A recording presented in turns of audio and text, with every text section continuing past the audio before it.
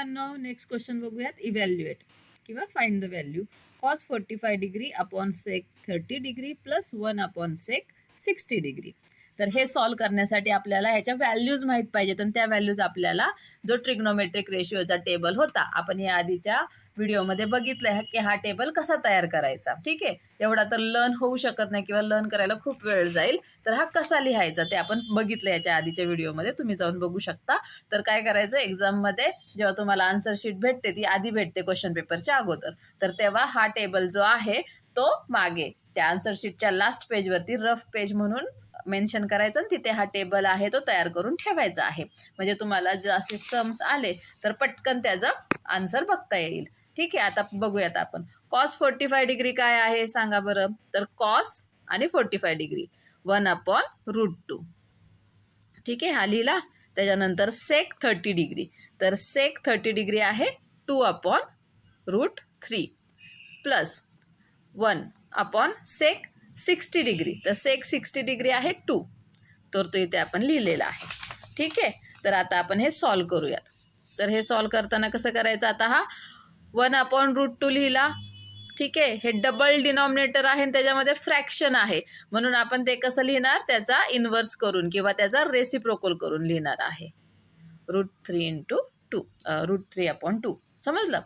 Plus 1 upon 2.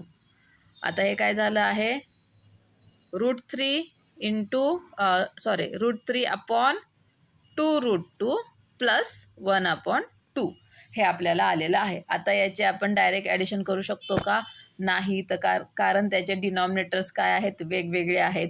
मग LCM घ्यायचा आहे आपल्याला. तर ह्याचा LCM काय येणार आहे, 2√2 हा त्याचा काय आहे, LCM आहे. ओके, आणि मग आता इथे काय करायचं, 2√2ने तर ह्याला ऑलरेडी ह्याचा डिनॉमिनेटरमध्ये आहेच 2√2, म्हणजे हा √3 ॲज इट इज लिहायचा. प्लस आता इथे बघा ह्याचा डिनॉमिनेटरमध्ये 2√2 आहे का, नाही आहे, फक्त 2 आहे. √2 आहे का, नाही आहे. म्हणजे ह्यावरचा जो न्यूमरेटर आहे 1, तर त्याला आपण कशाने मल्टिप्लाय करणार आहोत, √2ने मल्टिप्लाय करणार आहोत. तर मग इथे काय आलं, √3 प्लस √2 अपॉन 2√2. जर तुम्हाला LCM येत नसेल, खरं तर LCM काढता आला पाहिजे, पण जर येत नसेल तर याच्यानंतर म्हणजे इथून आपण LCM लिहिला होता ना, तर तेव्हा काय करायचं ते मी इथं सांगते तुम्हाला. काय करायचं, जर तुम्हाला LCM येत नाही आहे तर क्रॉस मल्टिप्लिकेशन घ्यायचं. म्हणजे या डिनॉमिनेटरने या दोन्हीला मल्टिप्लाय करायचं, याच्या डिनॉमिनेटरने या दोन्हीला मल्टिप्लाय करायचं. ठीक आहे, म्हणजे √3ला 2ने मल्टिप्लाय करणार, 2√2ला सुद्धा 2ने मल्टिप्लाय करणार आणि ह्या 1ला 2√2ने मल्टिप्लाय करणार आणि 2ला 2√2ने मल्टिप्लाय करणार. कळलं, याच्या डिनॉमिनेटरने याला मल्टिप्लाय केलं, याच्याने याला मल्टिप्लाय केलं. आपलं आन्सर काय आलं, 2√3 अपॉन 4√2 प्लस 2√2 अपॉन 4√2. बरोबर. आता यात 2 कॉमन आहे वरती, आता ह्याची आपण डायरेक्ट ॲडिशन करू शकतो, बरोबर ना. तर 4√2 एकदाच लिहिला आणि वरती 2√3 प्लस 2√2.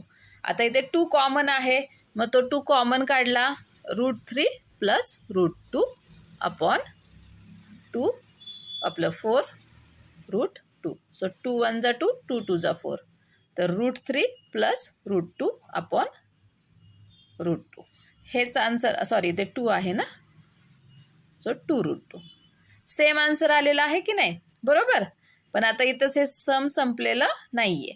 हे मी तुम्हाला कसं दाखवलं, LCM करून हे आन्सर आले आणि हे विदाऊट LCM आले. आता याच्या पुढे काय करायचं आहे, तर इथे √2 आहे, रॅशनल नंबर आहे. आता इथे आपल्याला डिनॉमिनेटरमध्ये √2 नको आहे.